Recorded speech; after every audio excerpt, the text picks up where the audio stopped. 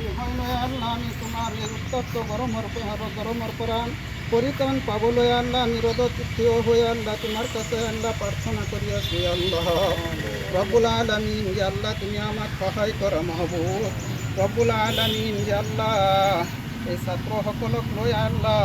আমি তোমার তোমার দরবারতে আল্লাহ আমি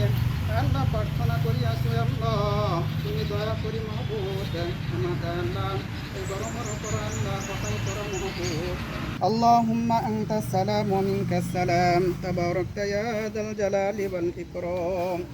اللهم إنا نجعلك الجنة ونعوذ بك من النار يا خالق الجنة برحمتك يا عزيز يا غفار يا كريم يا ستار يا رحيم يا جبار يا خالق يا بار اللهم أجرنا من النار اللهم أجرنا من النار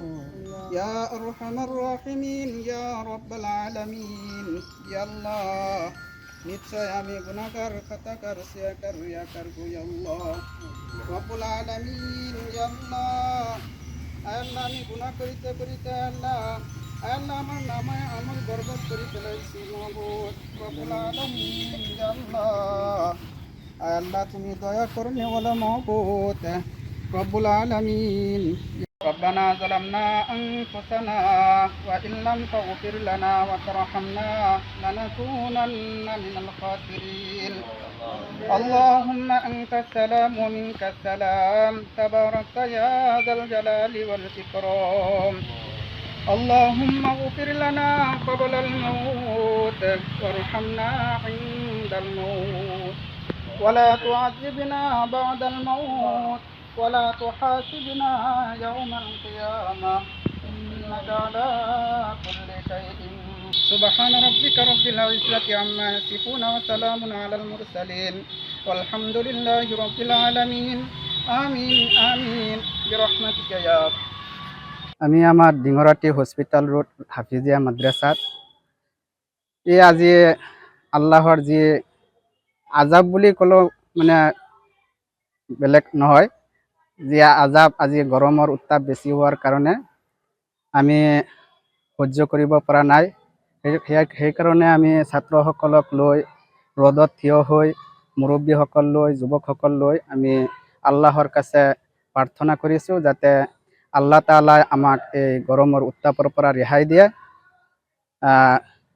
এইটোৱে আৰু যাতে আল্লাহ রহমতর বৃষ্টি অর্থাৎ বৰষুণ দান করে আমাক দি পেলাই সহায় কৰে গৰম আৰু এই গৰমত কেৱল মানৱেই নহয় সমগ্ৰ প্ৰাণী এই কষ্টত ভুগি আছে আৰু আমাৰ এইটো ইছলাম ধৰ্মত বিধান আছে যে আচলতে আৰু বহু সংখ্যক মানুহ হ'ব লাগে কিছুমান নিয়ম নীতিৰ মাধ্যমত এই প্ৰাৰ্থনা হ'ব লাগে তথাপিও আমি চেষ্টা কৰিছোঁ যে আমাৰ মাদ্ৰাছাৰ ছাত্ৰসকল আৰু শিক্ষকসকল আছিলে তেওঁলোকক লৈ পৰম কৰুণাময় সৃষ্টিকৰ্তাৰ ওচৰত প্ৰাৰ্থনা জনাইছোঁ যাতে আল্লাহ তাআলাই এই সমগ্ৰ পৃথিৱীত যি উত্তপ্ত পৰিস্থিতি যাতে আল্লাহ এই পৰিস্থিতি নিয়ন্ত্ৰণ কৰে আৰু সমগ্ৰ মানৱকুলৰ লগতে যিমান সৃষ্ট আল্লাহৰ যিমান সৃষ্টিৰ জীৱ আছে যিমান সৃষ্টি বস্তু আছে প্ৰত্যেকে যাতে শান্তি পায় বিশেষকৈ আমাৰ অসমত যাতে শান্তি গঠিত হয়